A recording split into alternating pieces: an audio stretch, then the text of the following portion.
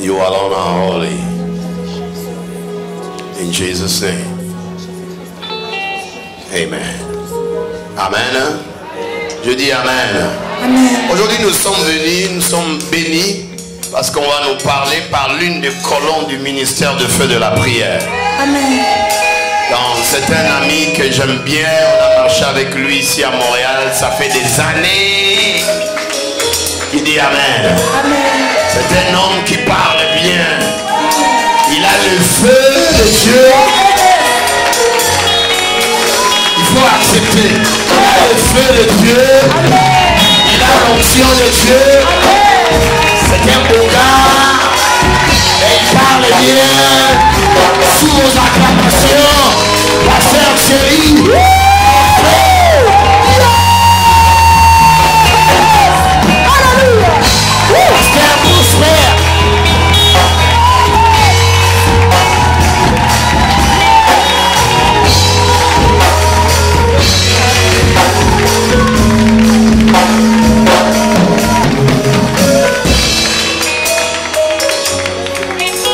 Alléluia. Est-ce qu'il y a la joie ce soir? Amen. Dis à ton voisin, on décolle. Dis à ton voisin, sois béni dans la présence du Seigneur. Prie après moi, Seigneur Jésus. Parle-moi. Bénis ce moment. Que tout soit pour ta gloire. Au nom de Jésus-Christ. Mon thème c'est l'autel des résultats. Amen. Je vais parler sur l'autel des résultats. Je vais vous proposer de lire dans 1 Samuel chapitre 1er. Et je sais que le Seigneur va nous parler. Vous savez, il y a toujours des bonnes choses dans la présence du Seigneur. Et si vous êtes vraiment venu pour recevoir, je peux vous assurer que vous allez sortir de ces lieux bénis par les services d'aujourd'hui. Comme on a commencé les premiers jours, Dieu nous a toujours parlé à travers ses serviteurs et on a été puissamment bénis et édifiés. Amen. 1 Samuel chapitre 1er, à partir du verset 1er. C'est une histoire que vous connaissez. Je vais prendre quelques péricopes, quelques versets et puis je vais sauter pour parler de mon message.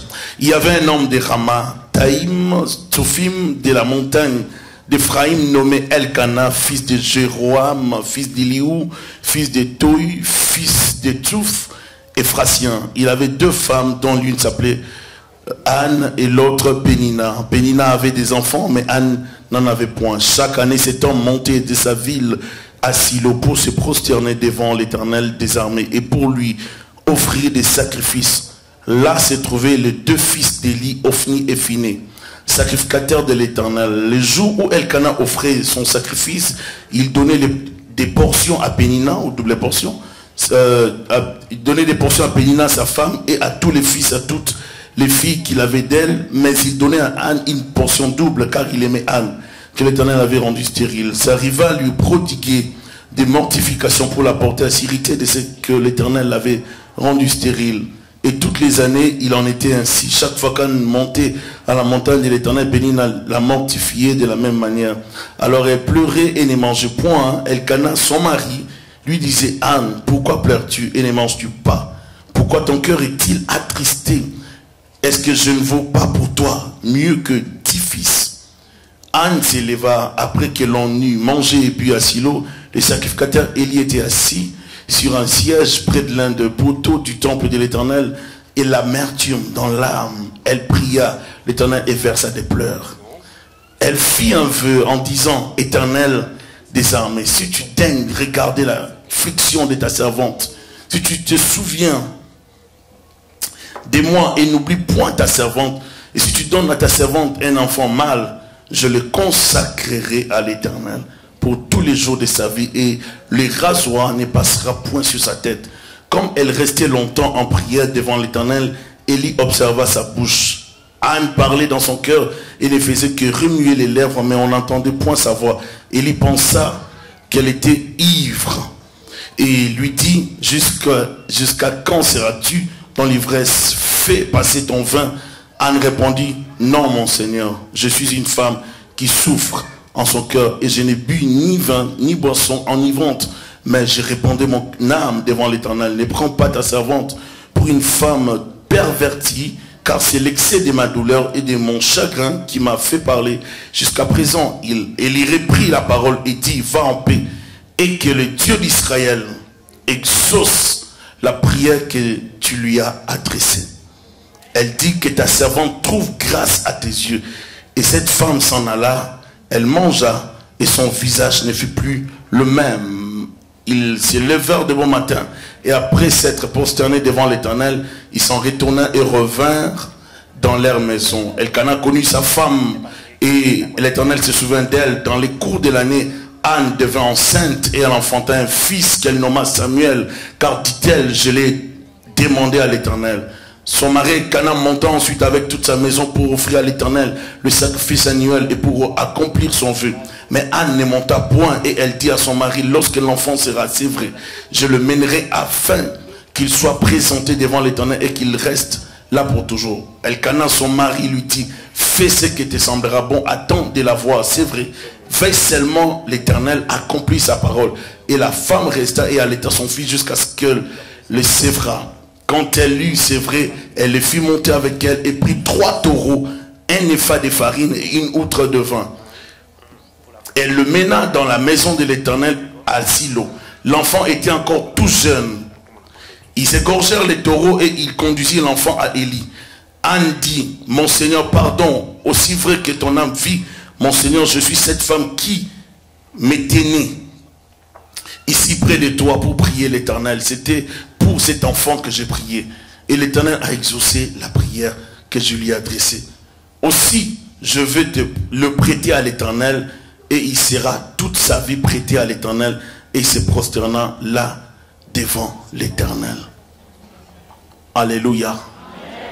En ces temps-là, il y avait en Israël, n'est-ce pas, un temps mort parce que les Lévites, ou bien les sacrificateurs qui travaillaient au temple, ils ne travaillaient pas correctement. Ils n'étaient pas corrects, les enfants de sacrificateurs Élie, Ophni et Phiné. Et Dieu voyait le besoin d'Israël, n'est-ce pas, d'introduire une nouvelle race, n'est-ce pas, dans la prêtrise. Et Dieu avait prévu déjà cela. Dieu va commencer à préparer les terrains. Vous savez, quand Dieu prépare les terrains, il n'annonce même pas la personne choisie par laquelle il va passer.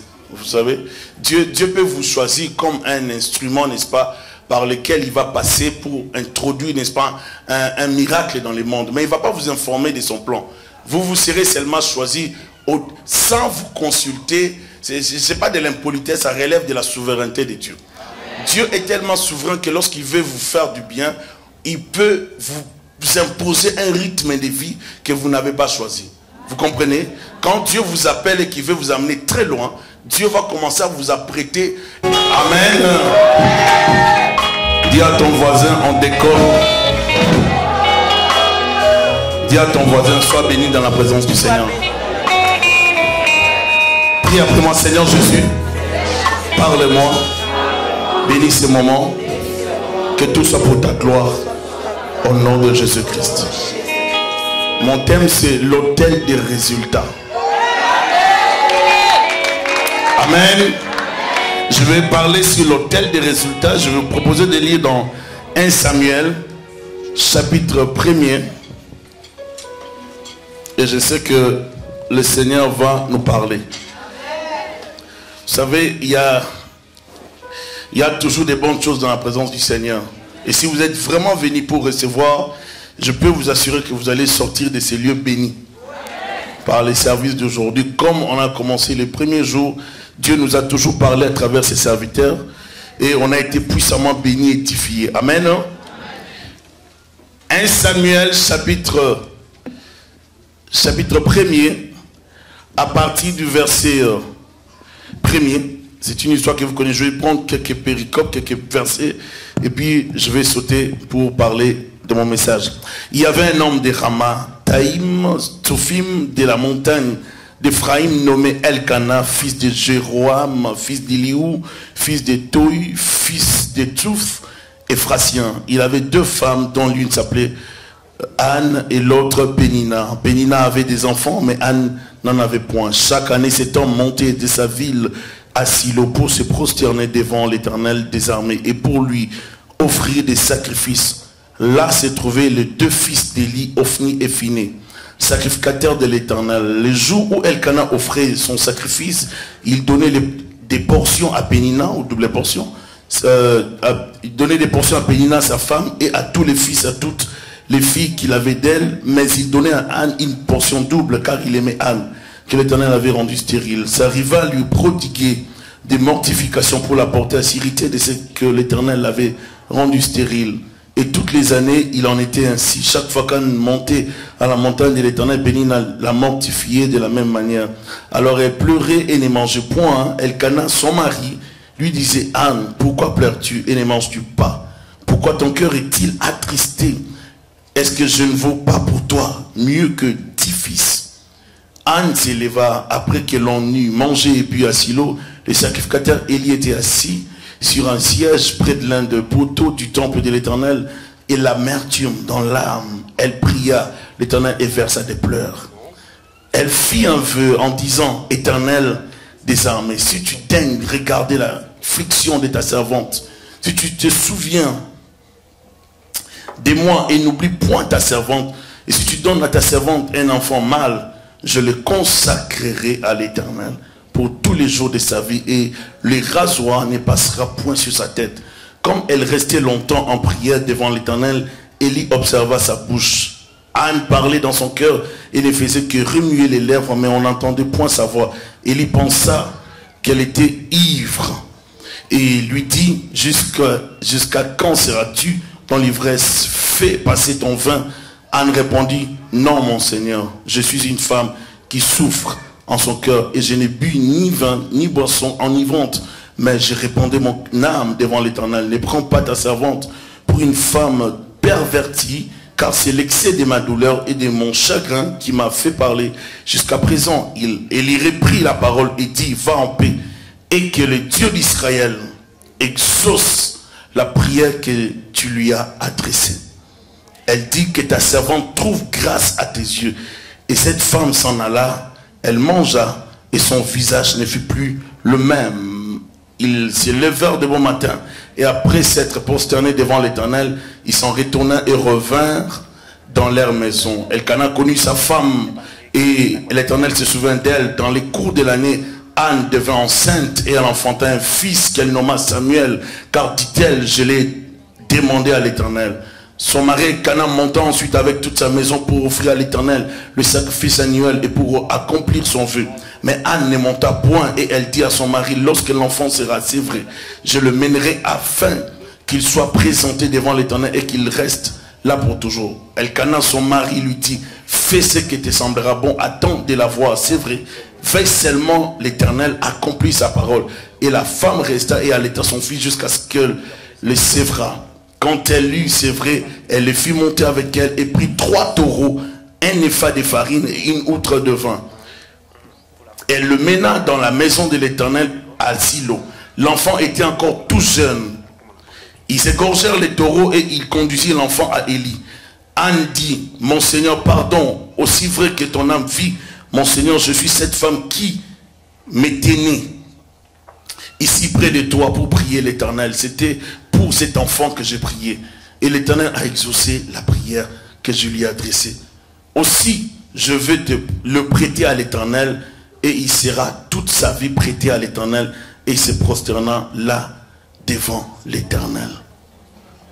Alléluia. En ces temps-là, il y avait en Israël, n'est-ce pas, un temps mort, parce que les Lévites, bien les sacrificateurs qui travaillaient au temple, ils ne travaillaient pas correctement.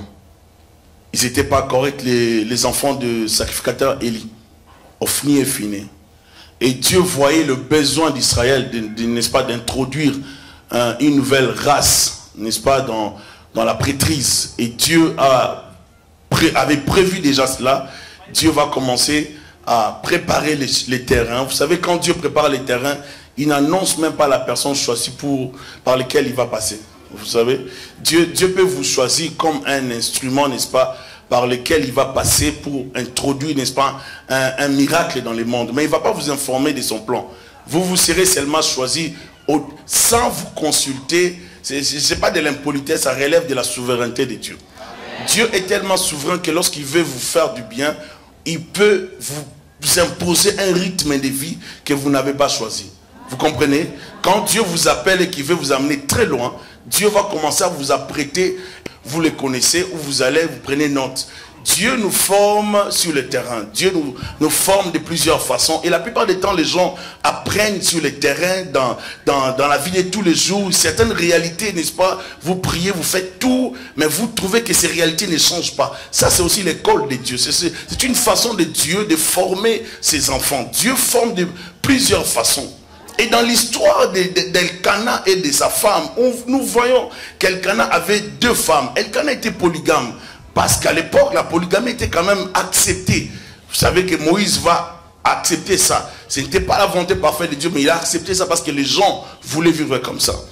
Et Elkana était comme ça, il avait 2 femmes. Ces 2 femmes, c'était Pénina et Anne. Pénina avait des enfants, mais Anne n'en avait pas. Lorsqu'elle se mettait à table, Pénina s'est retrouvée avec ses enfants, elle était entourée de ses enfants. Maman, ça c'est maman. Vous savez, elle était comme emballée des enfants, choyée dans l'amour. Et en face d'elle, il y avait, n'est-ce pas, Anne qui manquait d'enfants. Et c'était tellement difficile pour Anne d'endurer ça, de vivre cette réalité. Le mari aimait la femme, mais la femme manquait les enfants. La femme qu'il avait aimée n'avait pas d'enfants. C'est par moments difficile de croire en un Dieu qui vous déçoit. C'est par moments difficile. Nous voyons des gens quitter les églises parce qu'ils ont prié à un moment donné, qu'ils n'ont pas eu la chose qu'ils demandaient, ils quittent l'église. Parce que les gens ne sont pas patients. Ils pensent que Dieu, c'est un Dieu qu'on peut téléguider par télécommande ou bien manipuler. Et lorsque les pasteurs ne donnent pas les résultats escomptés, on change. Je peux un peu essayer ailleurs. Les chrétiens sont par moments, n'est-ce pas? On rencontre ces gens de chrétiens qui exigent tout du coup des pasteurs, pensant que les pasteurs sont des magiciens. Les pasteurs ne sont pas des gourous. Un pasteur, c'est un serviteur de Dieu. Il dépend de Dieu. Quelqu'un est venu me voir pour me poser une question. Pasteur, mais pourquoi je souffre comme ça? Pourquoi ça? Pourquoi ça? Je lui ai posé aussi une question. Ma sœur, est-ce que tu m'as tout dit? Entre nous, il faut qu'on se dise des choses. Est-ce que tu m'as tout dit? Oh pasteur, je t'ai tout dit. Mais après un temps, je prie, je me rends compte vraiment que non, cette sœur avait touché. J'ai dit, maman, toi tu n'avais jamais touché? Non, jamais touché. J'insiste. Elle accepte, oui, mais ce n'était pas moi, on m'avait seulement amené. Si vous êtes jeune dans les ministères, vous allez croire facilement les gens lorsqu'ils viennent vous dire des choses. C'est de l'immaturité. Si vous commencez à grandir, vous comprenez les ministères, vous allez analyser les choses autrement. Les ministères, servir Dieu, ce n'est pas les sentiments. Ce n'est pas parce que tu as vu des visions que c'est ça servir Dieu. Servir Dieu, c'est plusieurs réalités. Nous sommes dans un monde où le diable est en train de travailler systématiquement, il détruit les gens. Tu peux t'asseoir là, tu ne sais pas que ton image est déjà salie quelque part. C'est ça les services. Tu peux être propre à tes yeux. Mais aux yeux de certaines personnes, tu n'es pas propre, tu es sale. Cette femme, Anne, a souffert. Et ce n'était pas évident de vivre une telle réalité. Mais je vais quand même vous mettre dans les contextes de ces textes. Ces livres de Samuel nous parlent de 2 thèmes centraux qui sont la direction, n'est-ce pas, d'Israël et la présence de Dieu parmi les Israélites. Donc il y a 2 thèmes dans ces livres, la direction d'Israël et la présence de Dieu parmi les Israélites. L'auteur du livre met l'attention sur les parents de Samuel, Elkana et Anne, un couple pieux qui avait l'habitude de se rendre régulièrement à Silo pour adorer l'Éternel. Elkana fut un polygame selon Deutéronome 21, 15 à 17, vous pouvez voir ça. Il fut un polygame. Anne, sa femme, fut stérile et malheureuse à cause de cette stérilité et de la méchanceté de Pénina. Elle n'arrivait plus à vivre dans cet environnement familial.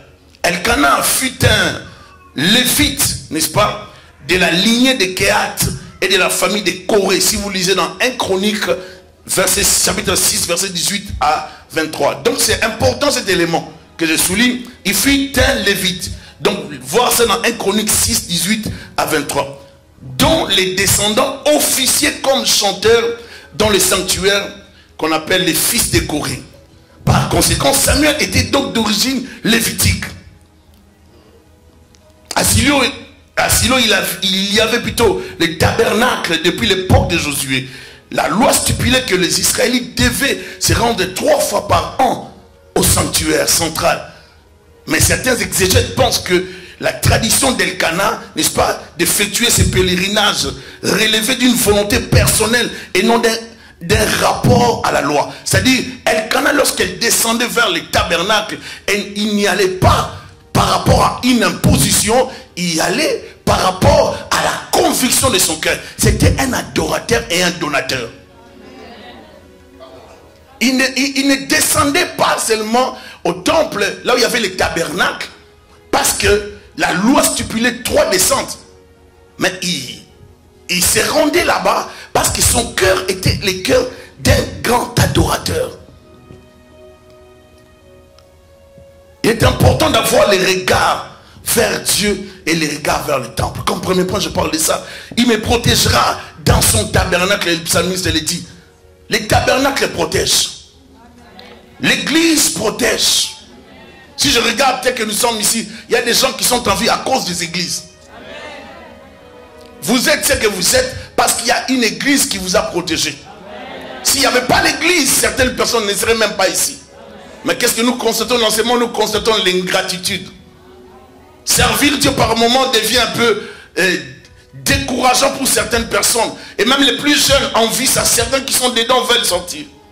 Ceux qui sont à l'extérieur veulent entrer. Ils envient les ministères, mais ils ne connaissent pas les réalités du ministère. Les ministères, ce n'est pas les acclamations. Les ministères, ce n'est pas les fleurs, ce n'est pas des beaux cadeaux qu'on peut vous donner. Les ministères, c'est aussi la vie après la prédication. C'est aussi lorsque vous traversez l'école de l'abandon, du rejet, des mépris, des fausses accusations. Là, vous commencez à mûrir, à grandir dans l'œuvre de Dieu. Servir Dieu, ce n'est pas tout le temps la fête. Servir Dieu, c'est toute une responsabilité. Et Dieu avait rendu cette femme stérile pour une cause. Parce que le feu de l'Éternel commençait à s'éteindre. La révélation était rare dans cette époque. Il y avait tellement le mal que Dieu devait faire entrer quelqu'un en scène. Dieu voulait faire entrer quelqu'un. Vous voyez la patience que Dieu avait. N'est-ce pas cette patience dans laquelle Dieu a fonctionné? Dieu attendait un jeune homme.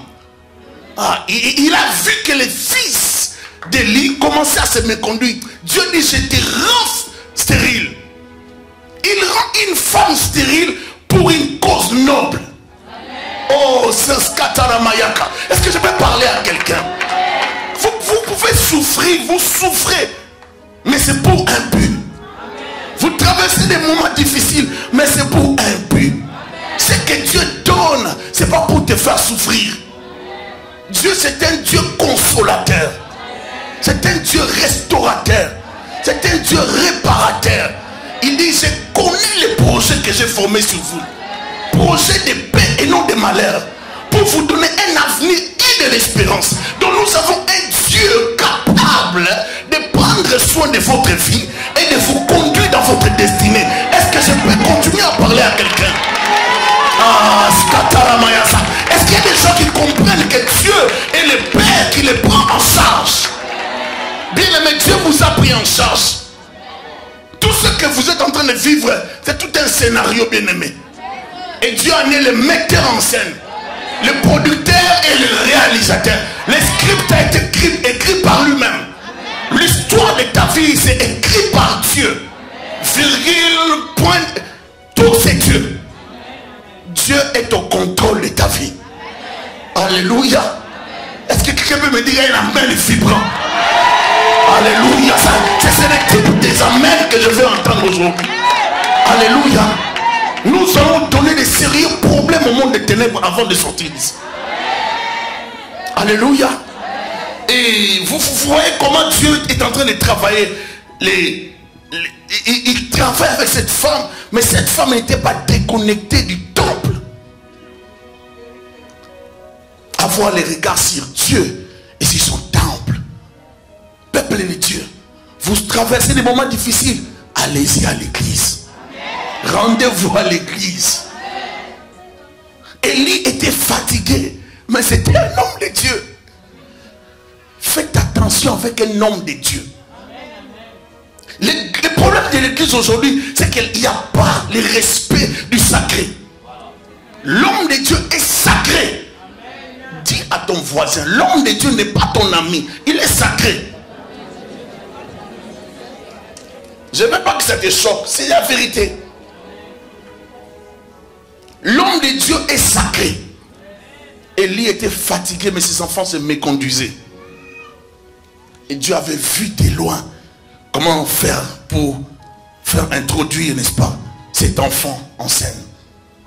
Nous devons aimer la vie de l'église, car elle nous apporte au-delà de ce que nous demandons. Anne mangeait avec son mari et s'arriva à la table, mais elle souffrait dans son cœur. Elle était humiliée par cela, par les provocations de sa rivale. Malgré la double portion qu'elle recevait de son mari, son cœur était toujours meurtri. Anne souffrait et avait besoin d'une intervention céleste. Elle avait de l'amertume. Elle ne pouvait pas jouir de la vie et des fêtes familiales. Elle était malade de l'intérieur. On vient à l'église, mais on est malade. Il y a beaucoup de gens qui souffrent. Dès que nous sommes là, nous souffrons. Il y a des gens qui ne savent plus quoi faire. Il y a des gens qui veulent. Vous allez vous déplacer d'église en église, de pays en pays pour chercher la solution. Peut-être la solution est juste à côté de vous. Quelqu'un m'a pas saisi. Des fois la solution est juste à côté de vous. C'est question de principes. Il faut respecter les principes. Alléluia.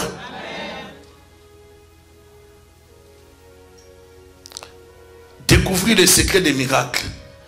Une vie de fidélité et de consécration totale à l'Éternel. Anne a manifesté une vie de fidélité et de consécration. Elle souffrait, mais elle allait au temple. La plupart du temps, les gens, lorsqu'ils souffrent, ils ne peuvent plus aller à l'église. Ils ne vont plus à l'église, ils restent à la maison. Pourquoi tu ne viens pas? Ah, parce que j'ai trop de problèmes ces jours-ci. Chrétien moderne. Tu viens pas? Ah, j'ai trop de fourmis dans la tête. Je suis un peu stressé, je voulais un peu décompresser. Décompresser en dehors de l'église. Je voulais un peu prendre de l'air, c'est pour ça que je ne suis pas venu à l'église ces jours-ci. Pourquoi tu pries plus? Non, ces jours-ci, j'ai pris un peu congé des églises. Anne était liée au temple. Liée au temple. Le temple protège. Si vous n'avez pas une église, vous êtes vraiment, vraiment malheureux. De toutes les façons, pour corriger certaines personnes qui pensent qu'il y a, ils disent qu'il y a des... Moi, je suis de l'église de maison. Il n'y a pas d'église de maison. L'église primitive, il faut comprendre la révélation. En fait, c'est une bassesse dans la compréhension de la révélation de Dieu. Je vais expliquer quelque chose. Quand Dieu a commencé, Dieu a donné la révélation de façon progressive. Vous ne pouvez pas retourner à ce qui est ancien alors que Dieu vous a amené dans une autre dimension.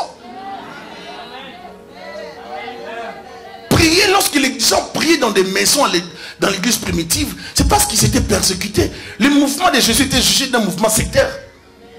On ne pouvait pas se rendre public, c'était pas normal. C'est pour ça que les gens se cachaient dans des maisons. Mais lorsqu'il y a évolution, le Seigneur a permis, n'est-ce pas, qu'il y ait construction des temples, des bâtiments.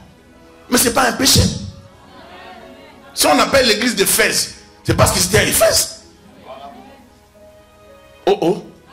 Ça prend le nom de la ville, n'est-ce pas? Les noms, ça ne change rien. Le problème, c'est ce qu'il y a dans cette église-là. Ce qu'il y a dans l'église. Est-ce que le pasteur, c'est un homme de Dieu? Est-ce que c'est un pasteur non lévitique ou c'est un pasteur qui s'est improvisé pour être un pasteur? Il y avait encore ça dans l'époque de Jéroboam. Il a établi des prêtres non lévitiques qui n'étaient pas reconnus par Dieu. Ils ont commencé à célébrer, à travailler. Mais les gens allaient toujours dans les hôtels, l'hôtel de Bethel, à Mont-Gorazim. Les gens allaient célébrer l'Éternel. Mais c'était égaré. Parce qu'il y avait des prêtres que Jéroboam lui-même avait établis. Des prêtres non lévitiques. Il y en a plein. Mais avoir une église où on prêche la vérité, où il y a la prière véritable, où il y a la crainte de Dieu, où il y a la sainteté, ma soeur, mon frère, vous êtes bénis. Lorsque je parlais à quelqu'un, vous avez besoin d'une église, dis à ton voisin, tu as besoin d'une église. Alléluia. Il y a plusieurs façons de vivre les miracles. Vous ne pouvez pas vivre les miracles seulement par les prières. Vous pouvez beaucoup prier. Et si ça vous demande juste de poser un acte, Dieu peut te dire juste sors le matin, reste là debout et tu vas voir quelque chose va arriver. Mais si tu n'as pas la révélation, tu ne pourras pas découvrir ton miracle. Anne priait pendant longtemps, mais ça lui prenait une révélation. Le problème de cette femme exigeait une révélation. Des fois nous prions en désordre. Nous prions de façon éparpillée. Seigneur, donne-moi la voiture, donne-moi la maison, donne-moi les vélos, donne-moi. Tu veux quoi finalement? Donne-moi la télévision. Il y a des choses, lorsque vous grandissez, que vous ne pouvez plus demander. Si tu grandis dans les choses de Dieu, tu ne peux pas demander la télévision. Donne-moi la tablette iPad. Écoutez, c'est de la bassesse. Je ne pense pas que le Dieu glorieux, tellement qu'il est grand, a le temps de s'ouvrir des banalités comme ça. Tu demandes une tablette à Dieu. Maintenant, quand tu veux te concentrer pour chercher la face de Dieu, demande des choses qu'il faut demander. Il y a des choses à demander à l'Éternel. Seigneur, j'ai besoin de voir Samuel arriver. Je n'ai pas encore mon enfant, mais je veux le voir arriver. J'ai besoin d'un Isaac. Ça, ce sont des prières. Tu entres dans la prière, tu demandes ce qui est consistant, ce qui est costaud, ce qui va changer ta vie. La tablette ne va pas changer ta vie. Mais si Dieu te donne l'intelligence, tu changeras le reste de ta vie. Est-ce que je parle à quelqu'un? Si Dieu te donne la sagesse, tu marqueras ta génération. Le problème, ce n'est pas de demander le matériel. Demande ce qui est invisible pour avoir le visible. Est-ce que je parle à quelqu'un? Dans certains moments, peuple de Dieu, vous n'avez pas besoin de chercher à épater les gens. Si vous savez la chose de Dieu en vous. Les disciples ont dit, nos cœurs ne brûlaient-ils pas lorsqu'ils étaient prêts à nous parler? Lorsqu'ils ont voulu découvrir, il était parti. Lorsque vous rencontrez l'homme de Galilée, votre cœur sera tout le temps dans les feux. Quelque chose doit brûler. Mais la chose là qui est en vous doit grandir. Ça doit grandir. Ça doit grandir et ça doit exploser. Vous avez une bombe dans votre vie. Et cette bombe résiste aux activités des ténèbres. Tu as été programmé pour réussir et non pour échouer. Tu as été programmé pour des grandes choses et non pour des petites choses. Le Dieu que j'invoque, que je te prêche maintenant, c'est un Dieu tellement merveilleux, tellement glorieux, il peut te surprendre. Je déclare des surprises agréables dans la vie de quelqu'un. Je déclare que l'Éternel te surprenne rapidement cette année. Tu n'es pas venu en ce lieu pour perdre le temps. Je viens déclarer sur toi une surprise qui va t'étonner, qui va bouger ta vie. Que Dieu t'amène au-delà de tes pensées, au-delà de ton imagination. Dieu peut t'étonner, ma soeur, mon frère. Tu es humilié aujourd'hui, mais ce qui te réserve demain, c'est une bénédiction sous la colère divine. Dieu te réserve une bénédiction sous sa colère. Dieu est tellement en colère de te faire du bien qu'il a décidé de te faire du bien. Malgré les ennemis que tu connais, que tu ne connais pas, je te dis que Dieu est en colère de te bénir. J'annonce une nouvelle génération qui arrive, qui va remplacer des gens qui ont perdu l'office dans le service de Dieu. La génération de Samuel arrive. C'est une génération qui doit remplacer. Quand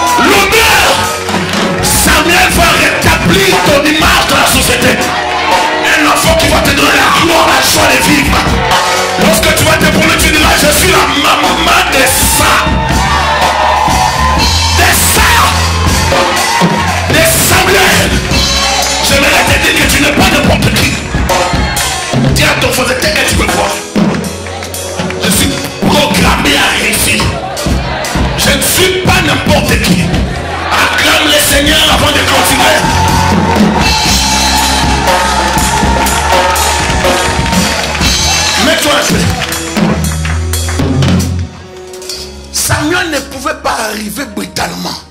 Il y a des principes. Dieu a exigé sa maman d'aller dans les temples. Elle allait dans les temples. Vous savez, il fallait comprendre la volonté de Dieu pour entrer dans l'hôtel de cette femme. Anne. Anne devait bâtir l'hôtel comment? Elle a tellement prié, elle ne voyait rien. Elle va prendre la décision de faire un feu. Mon Dieu. Tu souffres, tu pries, il n'y a rien. Change un peu de prière. Change de prière. Il y a des gens qui n'ont jamais prié 4 heures du temps, 2 heures du temps, 3 heures du temps. Il y a des gens qui n'ont jamais prié 8 heures du temps. Si tu n'as jamais fait ça, cherche un peu, bien aimé.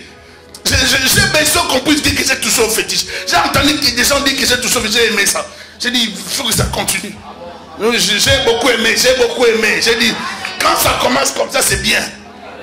J'aimerais vraiment qu'on puisse dire encore que j'ai touché. Parce que je crois que je vais encore plus toucher cet homme de Galilée.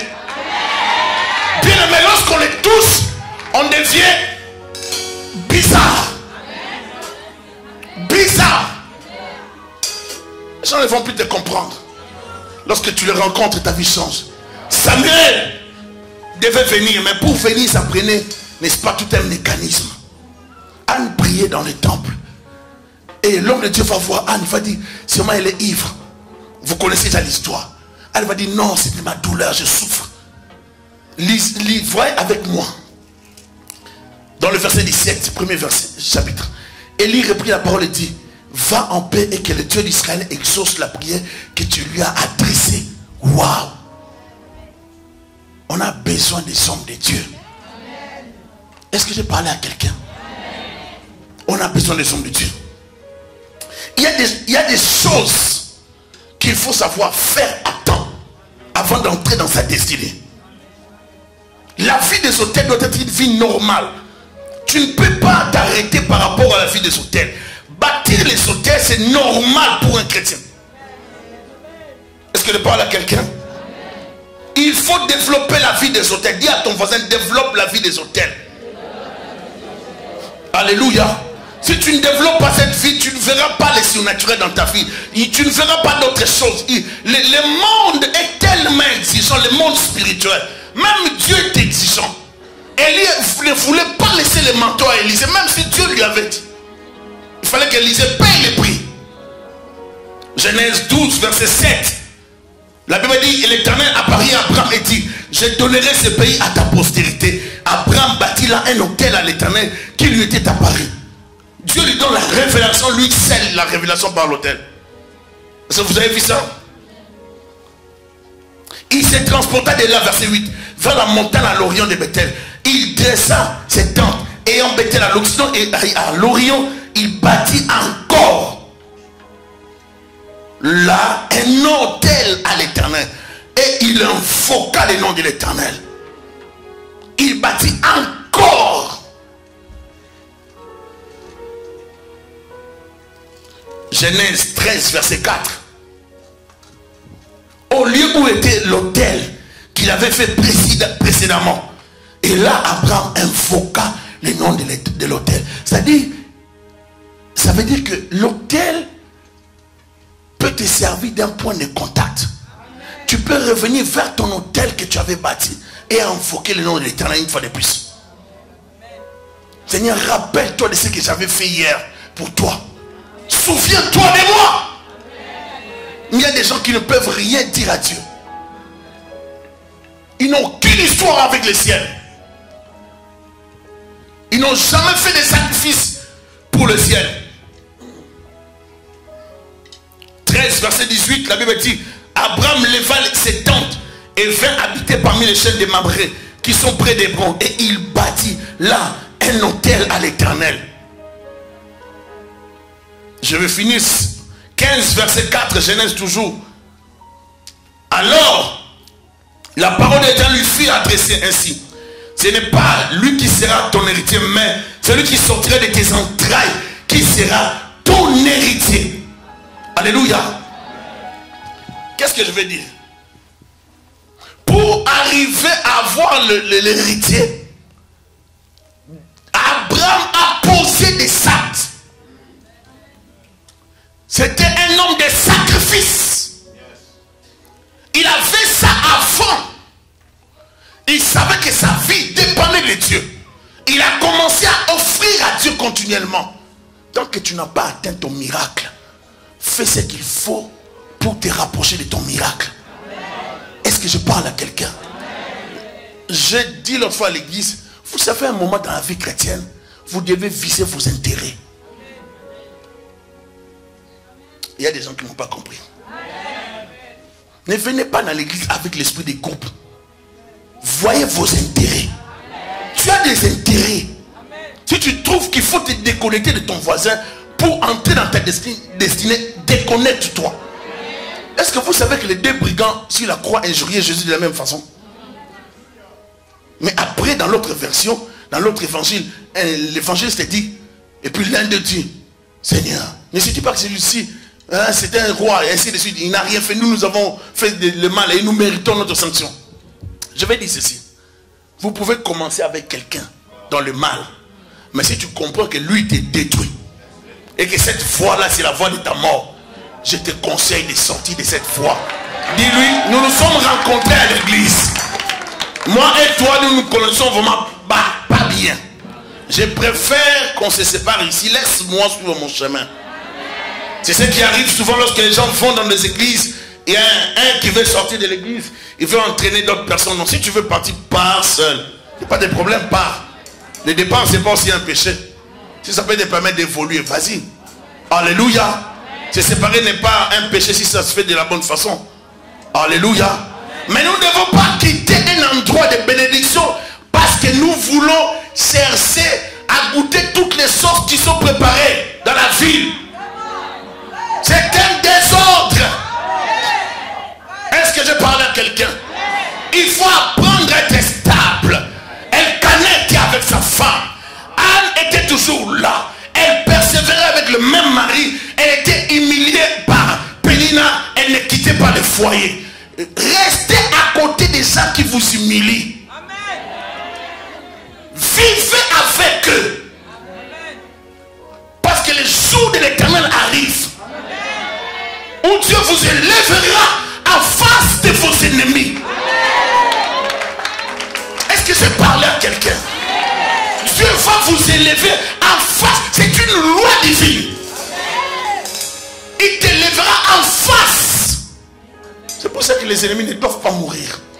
Il y a des ennemis, s'ils veulent mourir, il faut commencer à intercéder. Seigneur, est-ce que tu ne peux pas les garder? J'aimerais qu'ils vivent encore longtemps. Seigneur, tu n'as encore rien fait. Et vous allez voir quelqu'un qui pleure, un mort. Vous pensez qu'il pleure le mort? Non. Il pleure, Seigneur.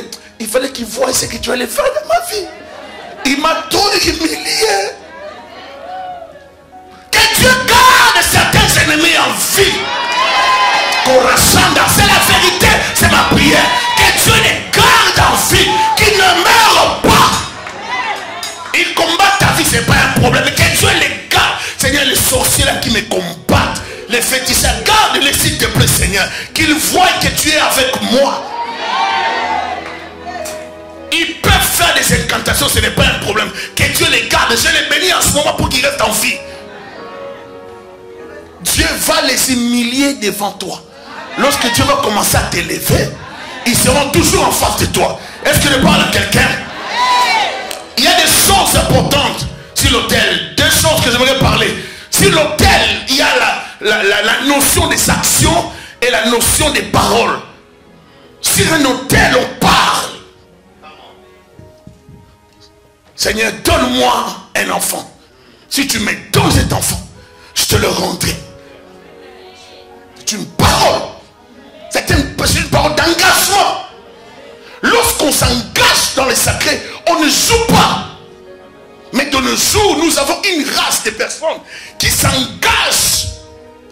Après demain, il vient quelqu'un qui vient qui dit, pasteur, je vais donner $50. Et puis demain, lui-même, il décide. Il était venu à l'hôtel.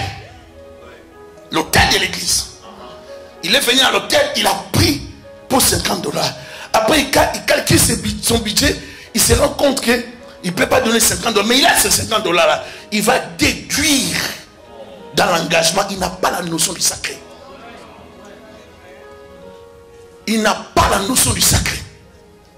savez pourquoi j'ai accepté le nom Prospère? Hein, tu n'as pas dit?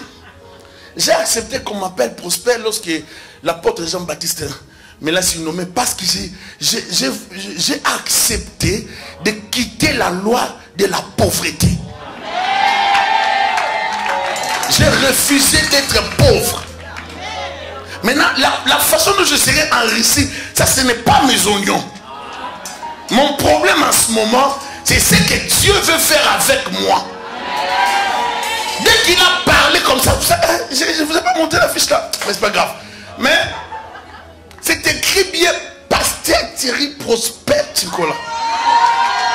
Pourquoi? Parce que je ne veux plus la pauvreté. J'ai souffert dans ce pays avec une voiture que j'appelais Nissan Sentra. J'enlevais les pneus moi-même à tout moment. Crevaison sur crevaison, même en plein hiver. Mais on voit, je prêche. Suivez pas les costumes là de Paris. Crevaison sur crevaison. Un jour, je sortais de l'autoroute. Humilié! Ma femme et les enfants, juste la Cordaire, sorti l'autoroute de la Cordaire pour prendre la Cordaire là. 40 la Cordaire. Crevaison. Les montées s'est arrêtées. J'essaie de démarrer, rien. J'ai appelé le pasteur Ezekiel, j'ai dit, mon cher, sors-moi de cette situation. Je suis trop humilié.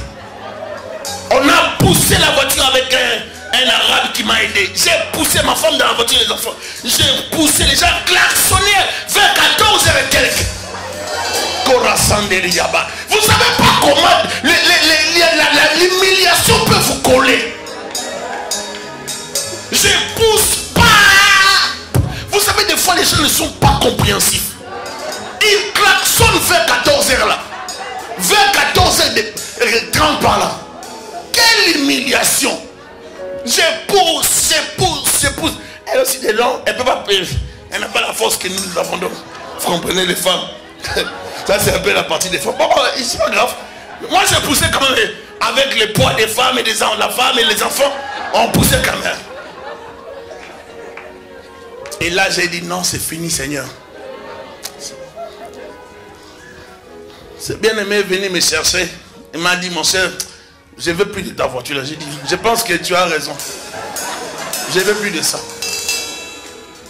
Alors on peut essayer. On part, on me dit, messieurs, vous n'avez pas d'histoire de crédit. Moi j'ai dit, quelle histoire de crédit encore? Pourquoi ce n'est pas l'histoire de crédit? Mais je suis bien, monsieur. Oh non, monsieur, vous n'avez rien, vous n'avez pas de dette, vous n'avez rien, vous n'avez aucune histoire, c'est pas bon. Je dis, oh, finalement dans ce pays, moi je ne comprends pas. Tu n'as pas de dette et tu as un problème. Tu en as, c'est un problème. J'ai dit, mais c'est quoi le problème? J'ai appelé ma belle-sœur, j'ai dit, viens, signe-moi ces trucs-là, je vais payer ça. Signe-moi ces trucs-là, pas. J'ai dit, je vais prendre ça 0-0.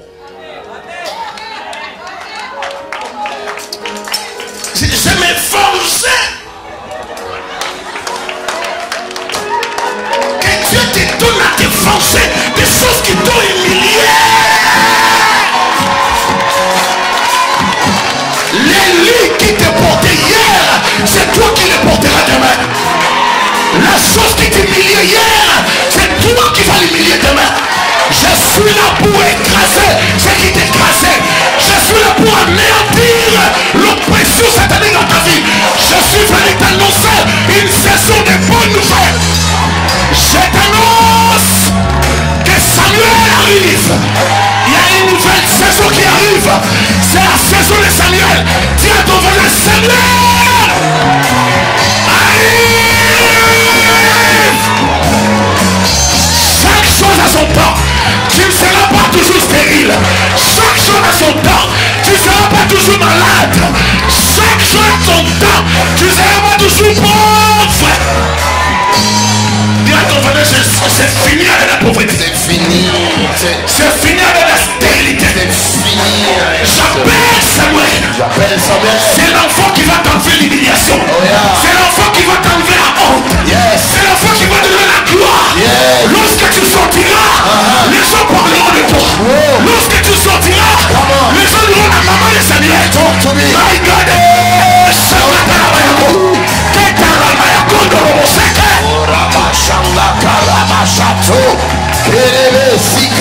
Dieu va te donner un mari qui va combler ton cœur. Tu me diras c'est lui qui t'a abandonné. Je te donnerai un homme qui prendra soin de toi. Pendant que le premier t'a fait abandonner, tu oublieras l'humiliation. Il dit je prendrai soin de toi. Je ne t'abandonnerai jamais. Je te délaisserai jamais. Il y a une saison de gloire qui arrive pour toi. Tu es destiné à la gloire, non l'échec. J'ai dit en Christ, il n'y a pas de femmes seules. Toutes les femmes ont leur mari. Est-ce que je parle à quelqu'un? Ève n'est pas venue avant Adam. Non. Si tu existes, c'est parce qu'il y a ton mari. Si tu existes, ma soeur, c'est parce qu'il y a déjà ton mari. Ton mari existait déjà. Il y a des choses qui existent dans l'air. C'est à nous d'entrer dans la dimension des hôtels, de poser des actes prophétiques, poser un feu, déclarer une parole pour appeler ce qui n'existe pas à l'existence sur la terre. Est-ce que je parle à quelqu'un? Soit tu dis j'appelle mon mari. Appelle ton mari. Appelle tes enfants. Appelle ta femme. Appelle ta richesse. Appelle ce qui est à toi. J'appelle ma bénédiction.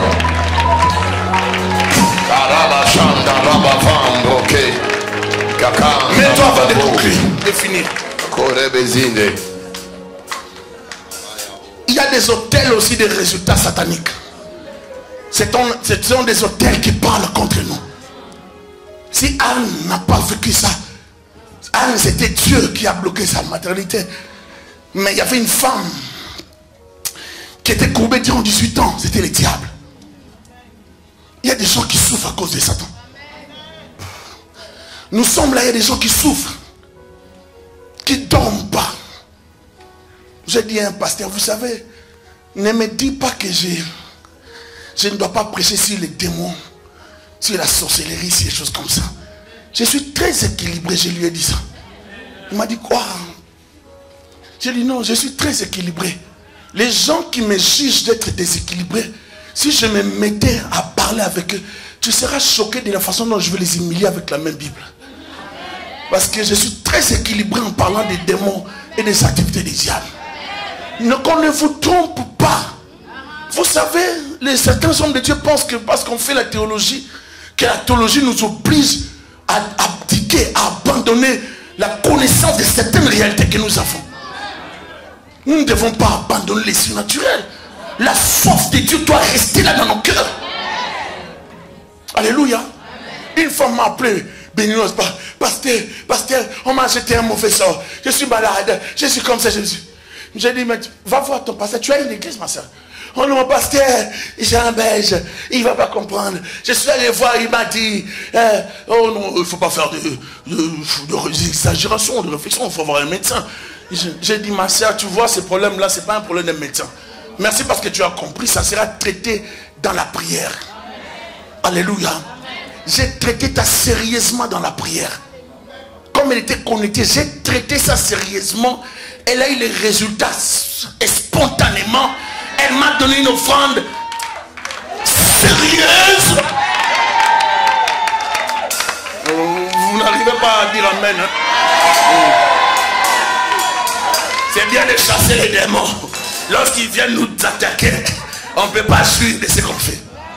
On dit quand même amen. Alléluia. Je ne vais pas seulement fonctionner comme les enfants d'Elkana qui avaient des fourchettes bizarres pour prendre les viandes. On doit respecter ce qui est sacré. Nous avons un ministère et le ministère est appelé à être honoré. Nul ne prophète chez soi, c'est une plainte. Ce n'est pas une déclaration de joie. C'est une plainte. Le Fils de Dieu arrive dans sa ville natale. Il est incapable de faire un miracle. Même Dieu est incapable lorsque vous n'avez pas la foi. Dieu fonctionne dans la foi. Il obéit il opère dans la foi. Le Saint-Esprit qui était sur Jésus n'est pas un autre Saint-Esprit. C'est le même Saint-Esprit qui est sur toi. Pourquoi avec Jésus c'était comme ça et pas avec moi et toi? C'est parce qu'il y a des choses que nous devons changer. Il y a des choses que nous devons apprendre.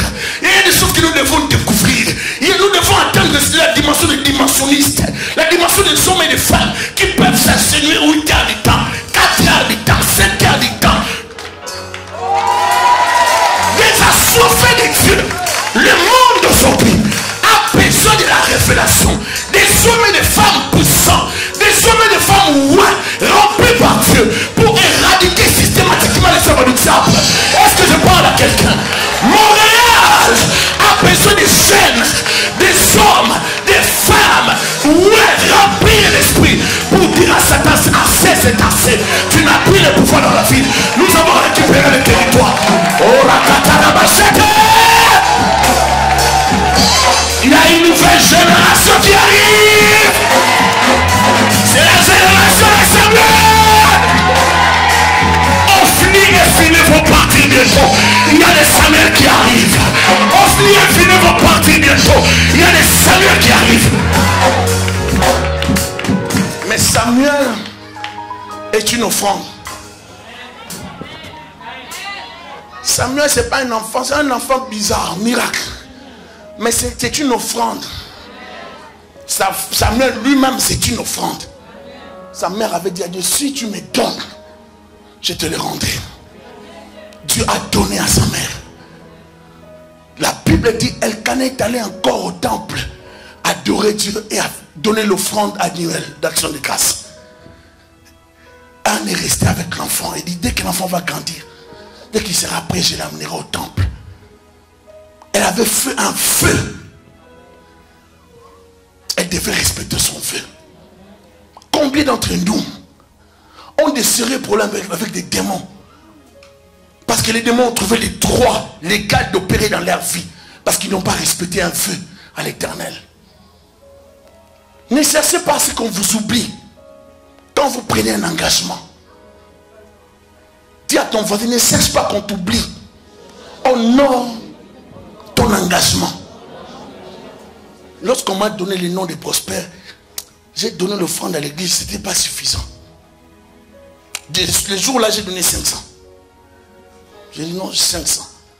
J'ai dit à ma femme, c'est vrai, hein, les gens de la comptabilité savent. J'ai dit à ma femme, je donne l'offrande de $50. J'ai dit à ma femme, toi, non, on a des factures, mais donne 250. C'était trop fort. J'ai pris $500 US que j'avais à la maison. J'ai dit, pasteur, tu m'as tellement béni que je vais encore te bénir. Vous savez, des fois, j'ai compris une chose. L'argent appelle l'argent. Bon, je ne chante pas un monsieur qui est au Congo-Brazza, Pierre Moutouari qui a chanté. Je crois que c'est lui. Bien, c'est ça. L'argent appelle l'argent.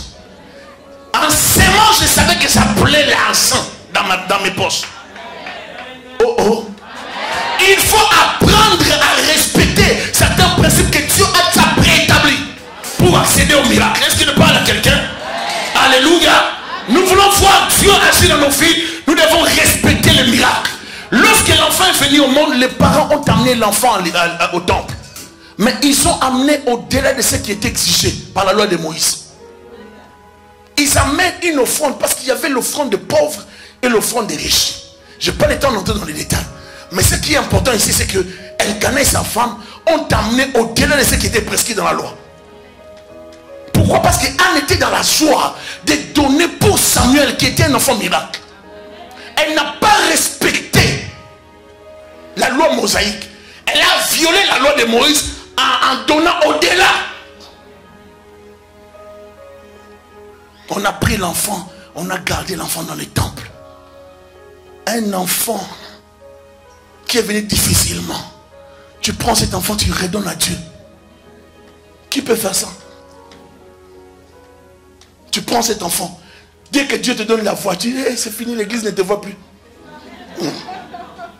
Dès que tu as la voiture que tu as, l'église ne te voit plus.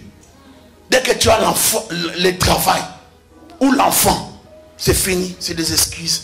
Vous savez, les enfants, ah, pasteur, Dieu m'a béni avec les enfants, mais j'ai pas le temps avec les enfants. Je dois les enseigner. Vous savez, mes enfants ne supportent pas ça. Mes enfants ne supportent pas les froids. Étant donné que vous savez, parce que... Mais comme tu as un nouvel emploi, c'est fini, tu n'as plus le temps. Vous savez, mon emploi m'exige beaucoup, pasteur. Vous savez, sinon je donnerai tout le temps dans ma dîme. Vous aurez tout le temps ma dîme, il n'y aura pas de problème. On n'a pas besoin de ta dîme. On a besoin de ta présence dans l'église. Ta dîme vient après. Tu dois être là à l'église comme Aaron. On n'achète pas Dieu. On respecte Dieu. On vient rendre des comptes à l'Éternel à l'église. Bien aimé, venir à l'église, ce n'est pas un passe-temps. Vous ne venez pas à l'église pour encourager un pasteur. Vous venez pour vous. Ah, vous n'arrivez pas à acclamer. Hein? Non, acclame vraiment ça. Ça te fait mal peut-être, mais acclame. Tu ne viens pas encourager. Moi, je parle un peu les voix. Non, tu ne parles pas des voix. Tu viens pour ta vie. Est-ce que vous savez qu'il y a des gens, s'il n'y avait pas des églises, on allait déjà les enterrer. On allait déjà les enterrer.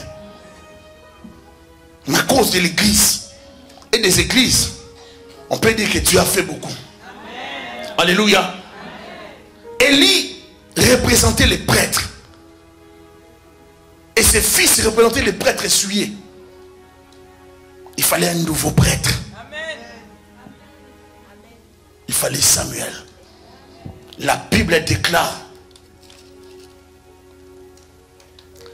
Élie reprit la parole et dit, va en paix et que le Dieu d'Israël exauce ta prière. Je vais dire ceci. Dis à ton voisin, attache-toi à l'homme de Dieu. On a besoin de la connexion avec les pasteurs, ton pasteur. Il faut développer la connexion. On ne vit pas avec son pasteur comme en guerre.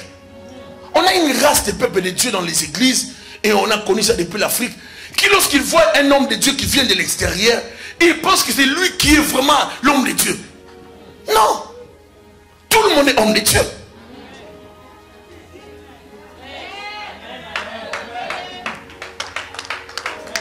Mais ce que je dis, c'est la vérité. Il y a un problème dans l'église. On est impoli dans son église, dans sa maison, mais on veut être poli avec un papa qui ne te connaît pas. Ça, c'est pas normal. Ne sois pas poli envers Joe Grasse que tu viens de découvrir, que tu vois. Commence à être poli envers Thierry, envers Ézéchiel, envers les pasteurs fidèles, envers les pasteurs qui sont dans la ville de Montréal, qui t'enseignent la parole. C'est ce que la Bible te dit.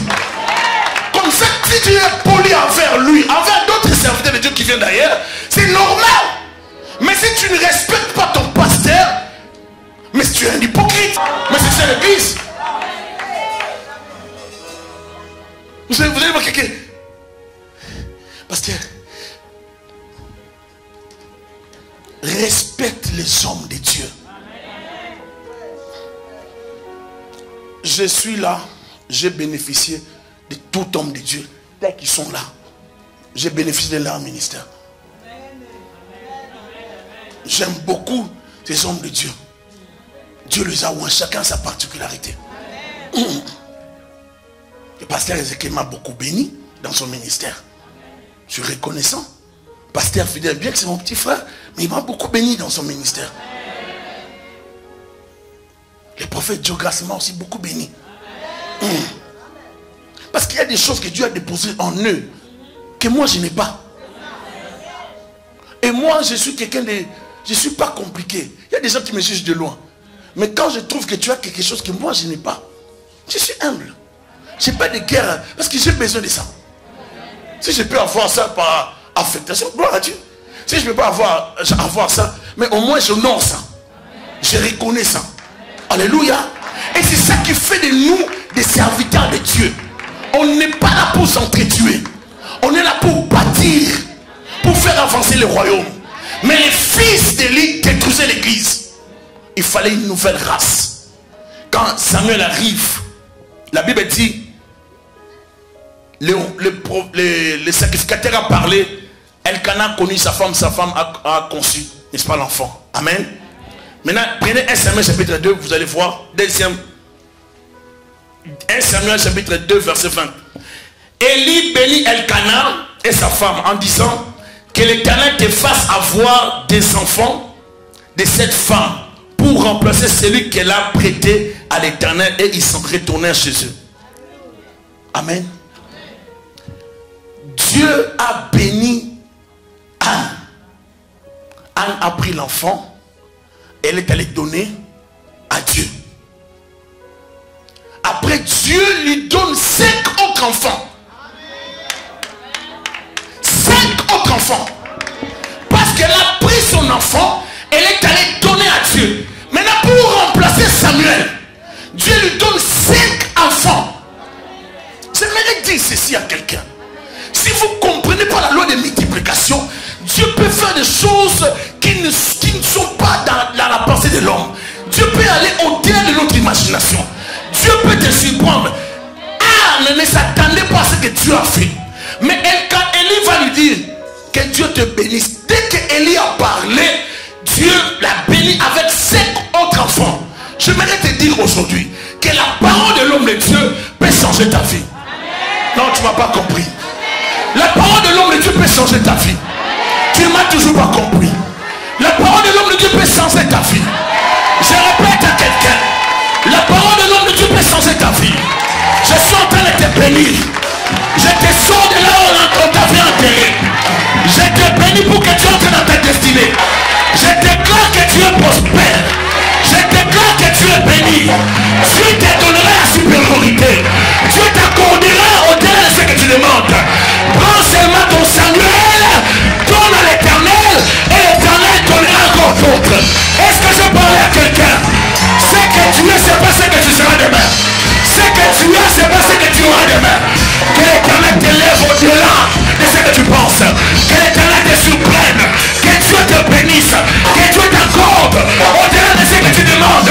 Reçois la grâce de Dieu. Reçois la bénédiction de Dieu. Que la vie de quelqu'un change dans cette salle. Que la gloire de Dieu descende dans ta vie. Que le Seigneur t'accorde la gloire, la grâce, la puissance, la bénédiction. Au nom de Jésus, reçois la grâce de Dieu. Que ta vie change. Reçois la grâce de Dieu. Que ta vie change. Reçois la grâce de Dieu. Reçois la grâce de Dieu. Que ta vie change. Reçois